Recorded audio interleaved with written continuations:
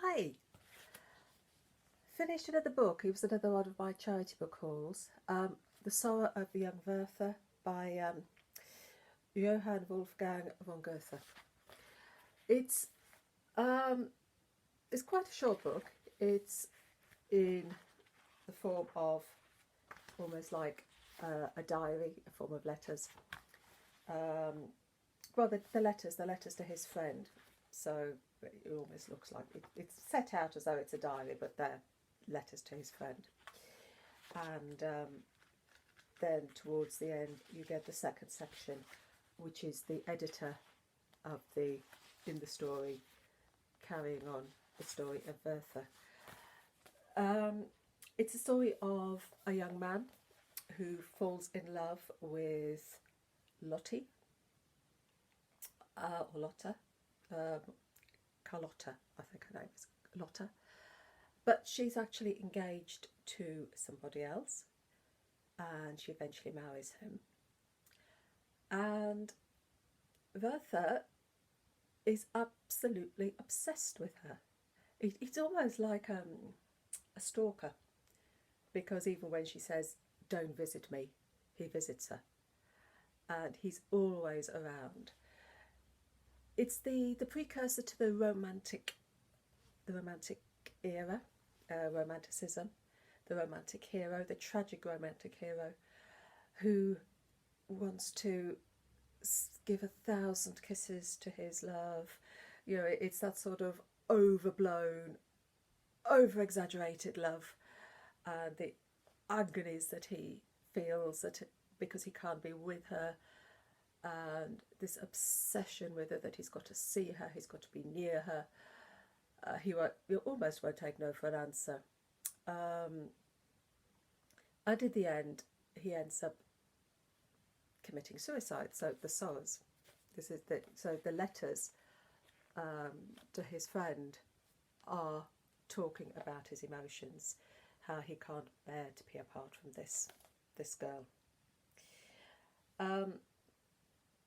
It's not a spoiler because it's all on the back anyway, but and the back part, the editor then goes and tells the rest of the story. I'll refer to my notes again that I made. Goethe himself, 2 years before he wrote this, he wrote this in 1774, and 2 years before, he was actually in a similar situation where he was in love with his friend's wife. But of course, he didn't do what his hero in the book did. So you can get the idea of his feelings for his Lotte, his Charlotte. Well, I suppose he probably called her Lottie as well. You get the idea of where his feelings, how he translated his feelings for his Lottie to Werther's feelings for his Lottie. So you can see the parallel there. He'd also had a friend who committed suicide around the same time. So you can see where some of the ideas are from.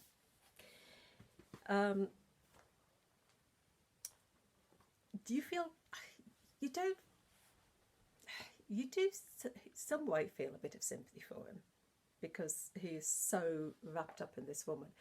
She doesn't seem to encourage him, so you wonder why he's just carrying on when he's receiving no encouragement for her. In fact, she tells him, "Don't come and visit me," but he still does. So you don't get, you always almost feel sorry for him, but you get frustrated with him because she's told you she doesn't want you. So why are you bothered? Why not just go and find somebody else?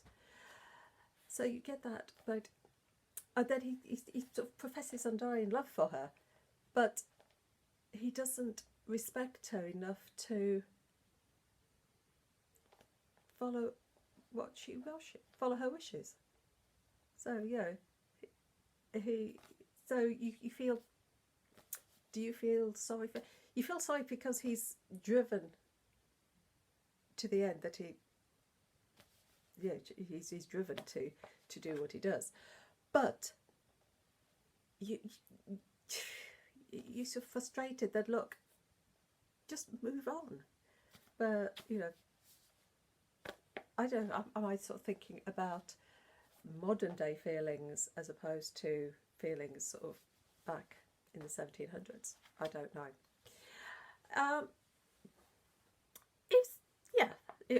I enjoyed reading it. I can't say it's one of the best books that I've ever read, but it is nice to sort of go back and read some sort of classics occasionally, apart from some of the, because I do read a lot of modern books, so it is nice to sort of dip into the classics sometimes and get your head around some of the use of language and the way of writing at that time as well, which can be a bit of a shock sometimes. Sort of reading it, and it doesn't flow as easily sometimes as, you know, your modern novels do. So that was my review of this one. So if you like my video, click the like button, subscribe, and I'll catch you later. What am I reading at the moment? I'm reading, oh, do you know, I've forgotten. Oh yes, Love in the Time of Cholera. So I've got that on the going paperback, and on my Kindle I've got Blood Orange. So two very different books.